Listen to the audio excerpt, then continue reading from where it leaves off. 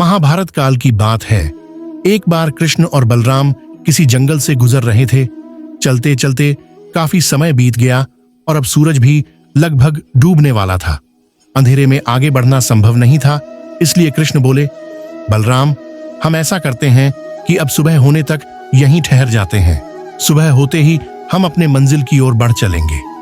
बलराम बोले, पर इस घने जंगल में हमें खतरा हो सकता है। यहाँ सोना उचित नहीं होगा, हमें जाग कर ही रात बितानी होगी। अच्छा, हम ऐसा करते हैं कि पहले मैं सोता हूं और तब तक तुम पहरा देते रहो, और फिर जैसे ही तुम्हें नींद आए तुम मुझे जगा देना, तब मैं पहरा दूंगा और तुम सो जाना। कृष्ण ने सुझाव दिया। बलराम तैयार हो गए। कुछ ही पलों में कृष्ण गहरी नींद में चले गए और तभी बलराम को एक भयानक आकृति उनकी ओर आती दिखी। वो कोई राक्षस था।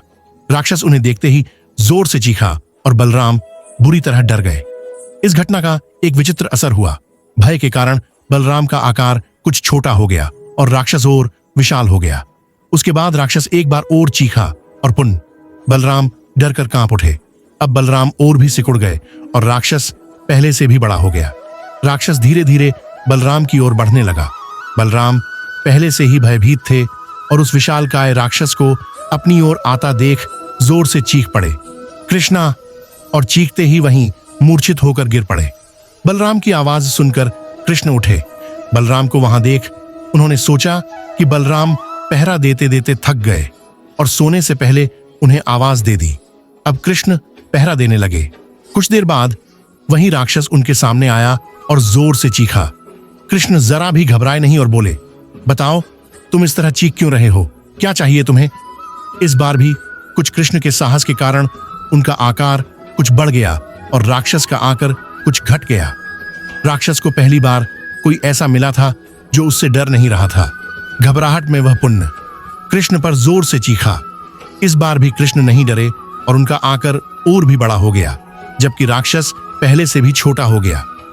एक आखिरी प्रयास में राक्षस पूरी ताकत से चीखा, पर कृष्ण मुस्कुरा उठे और फिर से बोले, बताओ तो, क्या चाहिए तुम्हें?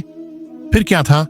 राक्षस सिकुड़कर बिल्कुल छोटा हो गया और कृष्ण ने उसे हथेली में लेकर अपनी धोती में बांध लिया और फिर कमर में खोंस कर रख लिया।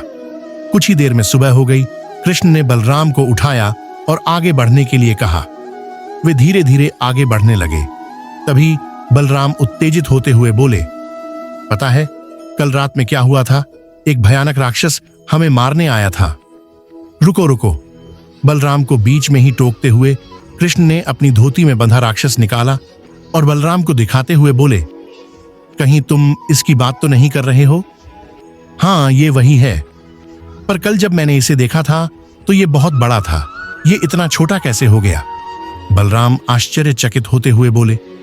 कृष्ण बोले, जब जीवन में तुम किसी ऐसी चीज से बचने की कोशिश करते हो जिसका तुम्हें सामना करना चाहिए, तो वो तुमसे बड़ी हो जाती है और तुम पर नियंत्रण करने लगती है। लेकिन जब तुम उस चीज का सामना करते हो जिसका सामना तुम्हें करना चाहिए, तो तुम उससे बड़े हो जाते हो और उसे नियंत्रित करने लगते हो। दोस्तों, ये राक्षस दरअसल हमारी जिंदगी में आने वाली चुनौतियां हैं। अगर हम इस चुनौतियों को टालते हैं तो ये और बड़ी होती जाती हैं।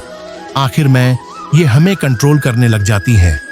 इसलिए हमें इनका साहसपूर्वक सामना करना चाहिए ताकि हम उन पर काबू पा सके। इस प्रकार चुनौतियों का डट के सामना करने से वो छोटी सी हो जाएगी, जिससे हम आसानी से उन पर नियंत्रण कर सकते हैं और सफल हो सकते हैं।